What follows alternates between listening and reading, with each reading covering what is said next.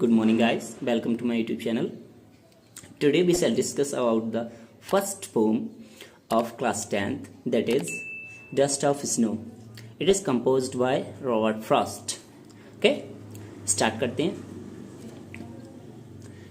First stanza है The way a crow shook down on me the dust of snow from a hemlock tree.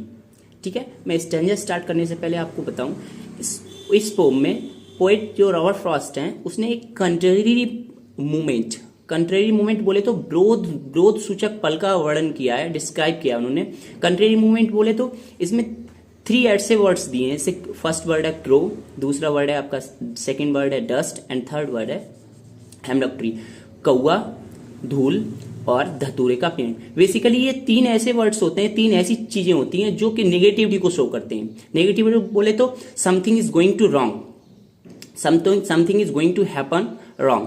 Okay, तो इसमें कुछ ऐसा मतलब अशुभ को शो करते हैं, कोई अशुभ के संकेत देते हैं, अशुभ के साइंस होते हैं ये. ठीक है, लेकिन पोएट इनके कॉन्टेक्ट में आने से पहले कैसा होता है, बहुत ज्यादा सैड होता है, डिप्रेस होता है, बहुत ज्यादा डिप्रेशन में होता है. ठीक है, होपलेस, बहुत ज्यादा होपलेस होता है. लेकिन इनके कांटेक्ट में आने के बाद, इन 3 चीजों के कांटेक्ट में आने के बाद वो बहुत अच्छा फील करता है. तो वो यहाँ ये बताना चाहता है अपने लिसनर्स को, अपने रीडर्स को, वो ये बताना चाहता है कि कोई भी चीज गलत नहीं होती है, कोई भी चीज नेगेटिव नहीं होती है. सब चीज अपनी अपनी इंपॉर्टेंस रखती है. ठीक है, बिना किसी देर के स्टार्ट करते हैं. तो the way a crow Shuk down on me the dust of snow from a hemlock tree. यानी कि जो पोएट बहुत ज्यादा सैड था, होपलेस था. लेकिन फिर वो जब बहुत ज्यादा होपलेस होता है, वो किसके नीचे आके बैठ जाता है, एक हेमलॉक ट्री के नीचे खड़ा हो जाता है आके.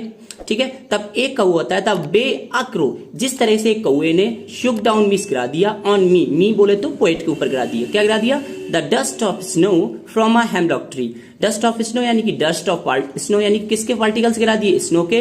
किससे, from a hemlock tree, hemlock के यानी कि धतूरे के पेड़ से.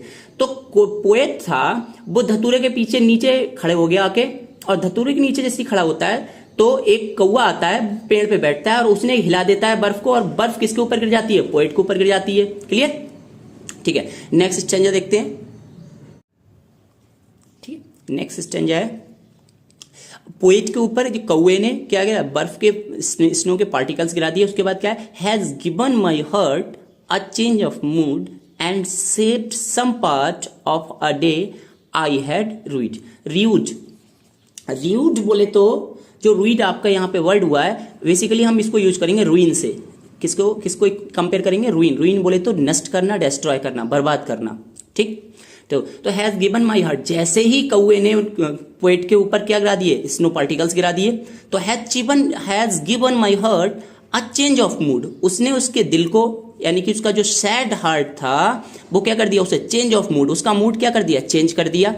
एंड सेव्ड, और बचा लिया, some part of a day I had rued, और सम पार्ट कुछ हिस्सा बचा लिया, ऑफ अ डे दिन का, आई हैड रूड, जो लोग क्या कर चुका था, बर्बाद कर चुका था, जो सैडनेस में बर्बाद कर चुका था. दोबारा देखते हैं. जैसे ही कौए ने उसके ऊपर स्नो पार्टिकल्स गिराए तो कह रहा है has given my heart a change of mood, उसके दिल को, has given my heart means उसके दिल को, पोएट के दिल को चेंज ऑफ मूड, उसका जो दिल का जो मूड था, यानी कि जो सैड मूवमेंट था उसका, या जो उसका हार्ट था बहुत सैडनेस में था, उसका मूड चेंज कर दिया उसने.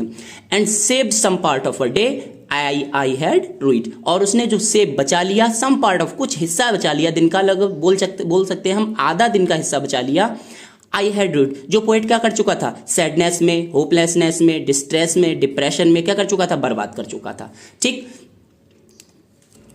ओके. तो पूरी कंप्लीट पोम कंप्लीट होने के बाद हम ये अंडरस्टैंड करते हैं, इससे ये समझते हैं कि कोई भी चीज पोएट, अकॉर्डिंग टू पोएट, कोई भी चीज होती है जो नेगेटिव नहीं होती है. सब चीज की अपनी अपनी इंपॉर्टेंस होती है. कोई भी चीज ऐसा नहीं है जो किसी के लिए अशुभ संकेत देती हो, यानी कि नेगेटिविटी को शो करती हो. सब चीज अपनी अपनी जगह पॉजिटिव होती है. पोएट यही मैसेज देना चाहता है इसमें.